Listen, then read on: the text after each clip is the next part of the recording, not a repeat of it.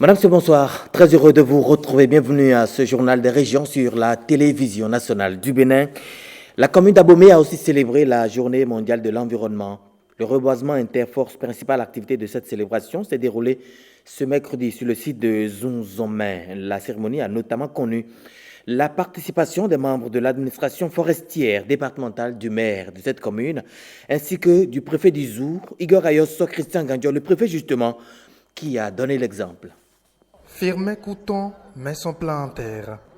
Le préfet du Zou est suivi dans son élan par le maire d'Abomey, mais surtout par les forces de défense et de sécurité.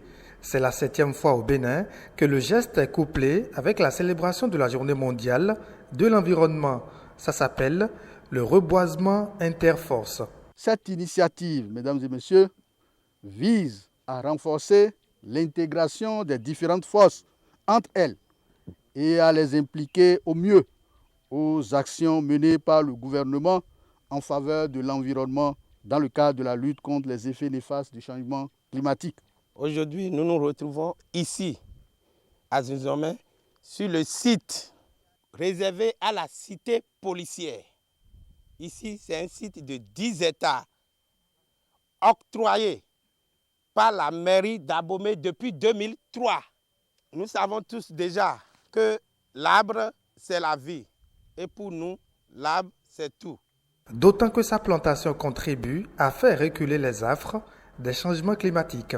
Planter des arbres est donc une solution efficace pour lutter contre la pollution de l'air, car la capacité des arbres à absorber le dioxyde de carbone est bien connue. C'est donc à juste titre que les forces de défense et de sécurité, dans la dynamique de jouer leur partition dans cette lutte contre la pollution de l'air, ont retenu d'installer ce jour 1 hectare de plantation d'arbres, dont 1250 plants de teck, 1250 plants de mélina. Tout le monde a constaté cette année l'irrégularité des précipitations saisonnières. Et ce que ça cause aujourd'hui, d'abord au sein de nos populations paysannes, où c'est maintenant que certaines plantes sèment le maïs ou d'autres, ainsi de suite. C'est pour nous dire tout simplement que la responsabilité est individuelle et collective. La célébration de l'édition 2019 de la Journée mondiale de l'environnement au Bénin permet donc de poursuivre la sensibilisation en faveur de la protection de l'environnement. Même exercice, mais dans la partie septentrionale, l'enceinte de l'école normale d'instituteurs de Kandi, qui a servi de cadre aux officiers et hommes de rang aux côtés du préfet de la Liborie, avec justement son invitation à l'harmonie. Vivez donc en harmonie, agissez ensemble pour un Bénin plus vert. C'est la substance de l'appel du préfet de la Liborie en direction des forces militaires, paramilitaires et assimilées de son département. La campagne de reboisement interforce se veut être celle du brassage entre toutes ces forces qui n'ont qu'un seul objectif, la défense et la protection des biens et des personnes. Du militaire au douanier, en passant par le policier républicain et le forestier, votre cohésion servira de leçon et constituera une force aux yeux de toute la nation que vous défendez et protégez.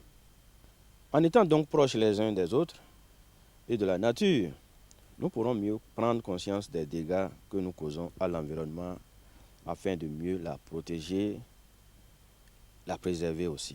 La matérialisation de cette unité de force est la mise en place d'une plantation faite de 3 essences forestières dans l'enceinte de l'école normale des instituteurs à Kandi. On est en train de mettre en terre 500 plants, dont 250 plants de Kaya sénégalensis et 250 plants de Mélina arborea pour une superficie de 1,25 hectares. On a prévu également des graines de rognier en germination. Et depuis 7 ans, nous nous retrouvons ensemble, que ce soit douanier, que ce soit forestier, que ce soit policier et que ce soit militaire. Nous nous retrouvons sur un site pour y planter des arbres. C'est pour permettre de se connaître davantage, de se familiariser. Et vous avez constaté dans quelle ambiance on a pu planter ces arbres. On va les suivre également et on va collaborer avec le directeur de l'ENI pour que notre travail ne soit pas vain. Le même site de cette école accueillait l'année écoulée les plans dédiés à la Journée nationale de l'arbre. Un espace verdoyant s'y dresse un an plus tard avec des plans assez évolués. C'est plus sécurisé et aucun animal n'a accès dans l'enceinte de l'ENI. Et nous avons interdit aussi les feux de brousse. Et la terre était favorable et ça fait que les plants ont grandi normalement. 1er juin 2018, 1er juin 2019 et voilà ce que nous avons. 99% de succès déclaré par l'équipe d'évaluation de la plantation. Ouf, de soulagement pour les populations de Dombouré. Nous sommes dans la commune de Banikwara, la commune cotonnière. L'axe reliant cette localité au centre d'arrondissement de Goumori vient d'être réhabilité. L'équipe communale répond ainsi aux doléances de ses administrés. Reportage de Judika Laena et Aziz Al-Lagwe qui nous indique que cette route est réhabilitée au grand bonheur de ces populations. C'est une route désormais rénovée. L'axe Goumori-Dombouré, longue d'un peu plus de 3 km, objet de réhabilitation avec des commodités là où il en faut. Le rêve des populations de Dombouré est aujourd'hui une réalité. Je suis très fier parce qu'avant c'était un calvaire. Aller de Dombouré à Goumori c'était un calvaire. Aujourd'hui on peut y aller sans même avoir d'inquiétude. Tout est bien. Vraiment, je ne sais même pas comment m'exprimer. Je sais que le conseil communal, avec son chef le maire, ils ont œuvré pour que cela soit une réalité aujourd'hui. Les travaux sont évalués à plus de 55 millions de francs CFA. L'enjeu est de taille, vu le potentiel agroéconomique de cette région. Dombouré est un pôle agricole de l'arrondissement de Goumori. C'est une zone à forte production cotonnière et également à forte production de cultures vivrières. Nous sommes venus ensemble avec les populations constater que les travaux ont été très bien exécutés dans un bon délai. Il est important ici de souligner qu'à partir d'aujourd'hui, les populations de Dombouré vont facilement évacuer les produits agricoles. La mobilité des populations de Dombouré et de Goumori est ainsi améliorée.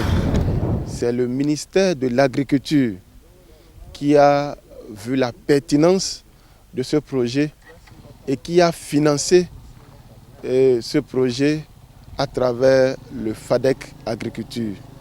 Les bénéficiaires ont assuré l'autorité communale de leur engagement à aller contre tout acte de dégradation de cette infrastructure. On revient à Cotonou et de Troyes pour la société béninoise de brasserie Sobebra. À Rome, dans la capitale italienne, la bière béninoise et les produits Posso ont reçu des médailles d'or au cours d'une grande cérémonie de distinction organisée par Monde de Sélection à l'aéroport international Bernardin Cardinal Gantin de Kadiaou. C'est un Sébastien Ménager fier qui s'est confié à Patrick Ayadji et Igor Ayosso après sa descente de l'avion. Il est tout simplement très content. C'est avec une énorme fierté que je rentre de Rome pour l'occasion du 58e concours de Monde Sélection. Et cette année, nous avions présenté 6 produits à ce concours et les 6 produits ont reçu une médaille d'or. Donc c'est vraiment une très grande satisfaction pour l'ensemble de l'organisation de la Sobebra, pour toutes les équipes qui travaillent d'arrache-pied pour fournir les meilleurs produits et pour travailler sur la qualité. C'est la 3e année consécutive que notre bière, la béninoise, est couronnée d'or. Donc c'est vraiment, c'était pas un coup de chance la première fois, c'était pas un coup de chance la deuxième fois, c'est encore moins un coup de chance la 3e fois. Donc c'est vraiment la consécration d'un travail colossal de l'ensemble des équipes techniques de l'entreprise pour faire de ce produit un produit de grande qualité. La béninoise non seulement a été couronnée d'or, mais en plus elle a obtenu un prix spécial de qualité internationale par le jury de Monde Sélection. Donc c'est une double consécration. Et cette année, nous avions pris le pari de présenter aussi la gamme Posso, donc Posso normal, Posso gaz, Posso menthe et Posso citron, et ces 4 produits ont aussi été médaillés d'or. Donc c'est une véritable satisfaction de voir que nos produits phares, les béninoises, les Posso, mais aussi les produits de l'innovation, comme la peau saumante ou la peau au citron, rencontrent un satisfecit international avec une médaille d'or. Aujourd'hui, les produits à Monde Sélection sont jugés sur plusieurs critères. Le premier critère, c'est évidemment l'aspect visuel. C'est ce que nous voyons en premier abord quand on prend une bouteille. Donc l'aspect visuel, la bouteille, l'étiquetage, le bouchon. Ensuite sont jugées les caractéristiques organoleptiques du produit, donc le goût, ses qualités physico-chimiques, sa stabilité microbiologique. Les spécialistes qui goûtent les bières sont des spécialistes, principalement belges d'ailleurs, qui sont des maîtres brasseurs. Et les caractéristiques physico-techniques sont testées dans des laboratoires. Donc c'est très mathématique, c'est très physique, c'est très cartésien. C'est la fin de ce journal. Nos programmes se poursuivent sur la télévision nationale du Bénin.